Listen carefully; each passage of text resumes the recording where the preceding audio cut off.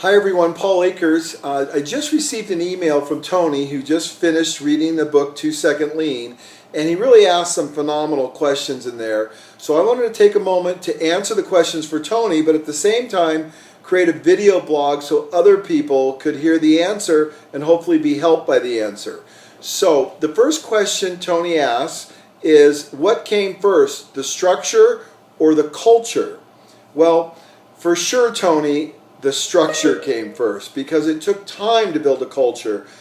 As a matter of fact, it took at least 1 year before that culture really had strong roots. But what happened was, as you read in the book, I went back to Japan for the second time, and when I met with the vice president of Lexus, and he gave us a tour and gave us a lecture, and afterwards I walked up to him and asked that pivotal question that changed everything for my understanding of lean. I said, what is the most important thing for Toyota? And he says it's not the next engineering project, it's not the next hybrid, it's not the next manufacturing plant, it's not the next sales strategy. At Toyota, everything is about teaching and training people and building a culture of continuous improvement. And that's when I really understood what I was doing wrong. I wasn't focused on the teaching and training and building a culture. So in order to build a culture, you first have to teach and train.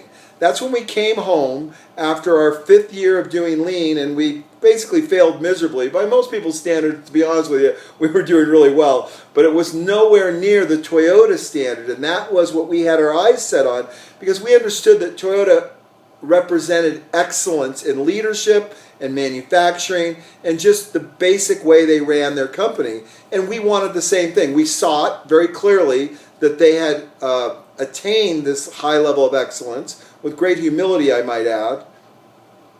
And we wanted that. We said we weren't even close to that. We'd never seen anything like it. So I made the determination that my company, FastCap, was going to look like Toyota. And the only way for that to happen was for me to build this culture. But of course, the part I was missing, and the part I think most people miss, is they were not committed to the teaching and training. And that comes to your question, what came first, the structure or the culture? For sure, the structure. And we set up the structure in the morning meeting of teaching and training our people. We started off by reading a simple book, an intellectual devotion book that talked about good solid principles to build a company by. And before long, it morphed into our sales numbers, our mistakes, our improvements. We study history, culture, literature, the Constitution. We do this every day. We look at TED videos. We look at history videos. We're just about building our people, because we know if we have smart people, then we're going to have a smart company, if you will.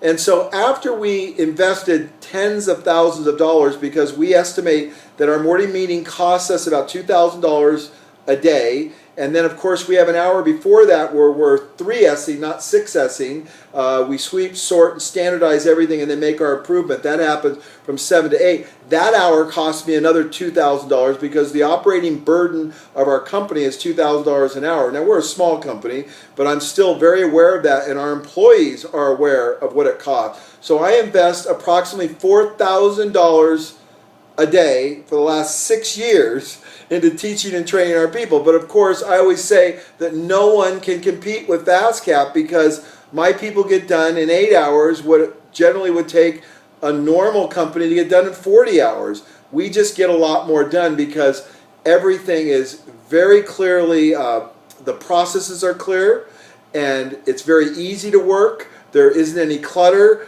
There's just clarity in everything we do for the most part. And as a result, work is easy, fun, and continually improving because we're just not struggling at all. So there's the answer. Way too long. Structure came first, then the culture came next. Now you said here that you're also doing 6S'ing in most of your areas. My response is that's too complicated.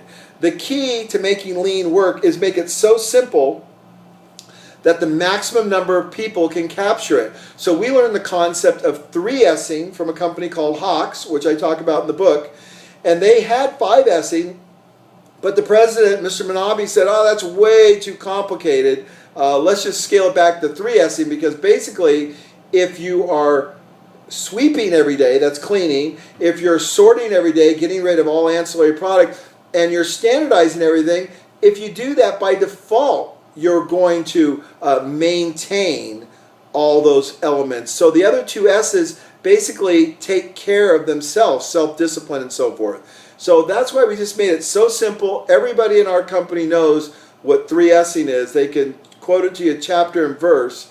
So we made it very simple. And so as you say here, their lean eyes were closed. You say some of your people's eyes are closed. Well, if you build that structure and you teach and train and you're committed, then their eyes will be opened. It just happens. I can take the worst person in the world and put them in our culture, and in short order, our culture is so powerful that those people will change. And I think that's a very important thing. Because the culture is strong, we don't really worry about whether or not somebody's going to see it our way. They see it our way. It's impossible not to. And largely because the benefits are so huge. The satisfaction that someone gains from working in a highly ordered environment that has great structure, that allows for creativity and for them personally to bring to the table new ideas, that just doesn't exist. And the fact that they have smiles on their face, the fact, as I can tell you a very funny story, we just had two bankers from Slovakia come to our plant and spent 1 month with us studying us. And on the exit interview we had all of our people in a big circle, and I haven't posted this on the internet yet, but I said, what is the one thing you learned, Thomas and Susie? And he said, I learned that in a company like this, you are allowed to tell the boss that he screwed it. And what he meant, because it's Slovakian accent, that we're allowed to tell the boss that he screwed up. And that is a profound difference in a lean culture.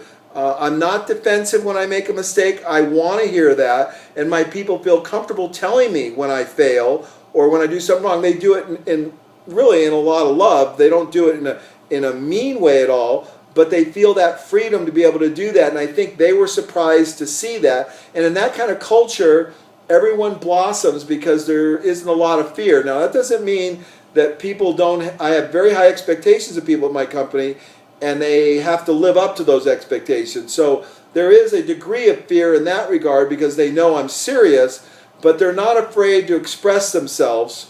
But they do know that the expectation is very high. Okay, so Tony's last question is, did you direct and educate at the beginning, or did you let your team lead?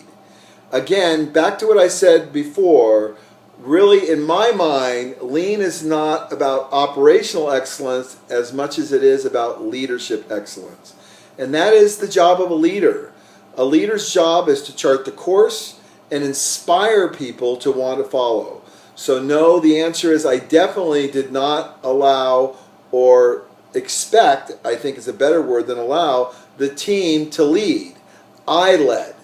And I knew as I led, educate, taught, and trained them that they too would then begin to lead. But I had to teach them how to lead. That's my job as the leader of the company. So I did not subordinate that. I did not abdicate that role. I took that role head on. I took it seriously because frankly, I want operational excellence and I want all the benefits of operational excellence, which is namely flow, evenness, consistency, dependability. And that's what I have in large measure at my company. By no means is it perfect. We have problems. But I think when you measure the problems we have at our company compared to other companies, they're minuscule because we have such a profound structure and such a strong culture, and we spend so much time and money teaching and training our people, and as a result, we have the benefits are frankly astounding. So Tony, I hope I answered all your questions. Feel free to ask me any other ones, and anybody else out there that has questions, feel free. I always like to end it or preface it with, I'm not perfect and the company's not perfect. We just perform at a very high level because we have adopted sound principles that have an historical base of greatness. And those principles are principles that Lean are founded on. Thanks a lot, everyone. Have a great night. Talk to you soon.